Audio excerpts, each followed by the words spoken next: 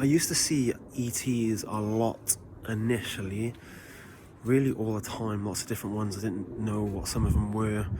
I've seen the thing I've seen the most is Archons, probably thousands now, if not like the high hundreds of those.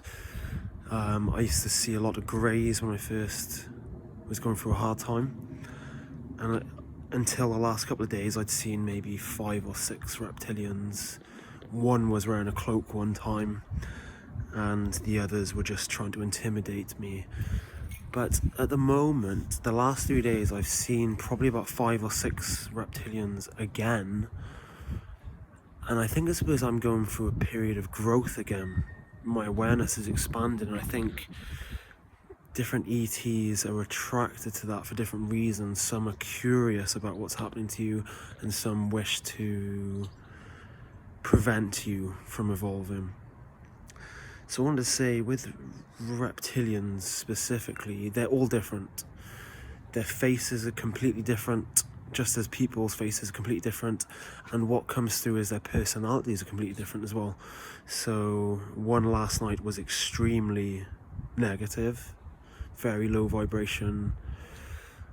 Others I've seen haven't been as negative. They've still been pretty negative, but haven't been as negative, and they all have a different personality. It's hard to translate to people who haven't felt telepathy but their personality and feel comes through, and you can really feel them as different characters, just as we are. You to the next person you sit next to are completely different people, as well as having similarities as well. But I've seen also maybe 5 or 6 greys in the last couple of weeks. With them too, they also have different personalities and different looks. So some of them are negative, some of them seem very indifferent, like a hive mind sort of thing. And one in particular I seen, this was weeks back, had a cool personality, like a cheeky personality, which is mad to say, but he did.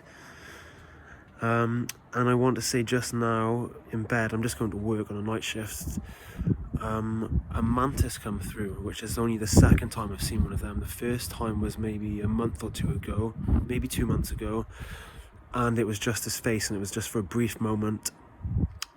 And today, first it showed me its clothing before I seen its face, and it was a white, heavy material robe, so almost like very thick cotton, and it had a very dark red inlay going round the seam of the outside. It was like a red band, like that thick, with white symbols going along it. Must have been some sort of language. And then after that I seen its face again, and both times I've seen them, they have a very wise, ancient sort of personality and feel to them. So just a little bit about ETs, and I think that I'm experiencing them a lot more again because of my own personal growth. Like the first time I went through a dark night of the soul, it was massive growth, and that's probably why I started seeing a lot of things, different communications. Now again, although I've known certain truths for a long time, perhaps I've only fully integrated them now, and I do have a much deeper understanding now of what we are, and just like soul families and why we're here and things like that. I have a much deeper comprehension of it. Holly, my partner, she has a lot of connection to spirit, but she has I think she's only had maybe one experience with a grey, and that's the only ET contact she's ever had. And I think a lot of that comes down to, I study a lot of literature, I watch a lot of videos, so I know a great deal about different ET races. So they're willing to show themselves to me because it's not going to be so much of a shock on my nervous system.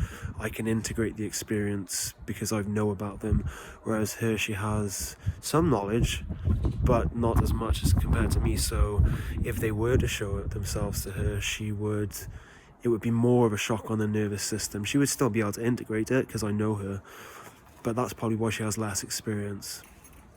But yeah, I just wanted to explain a bit about ETs.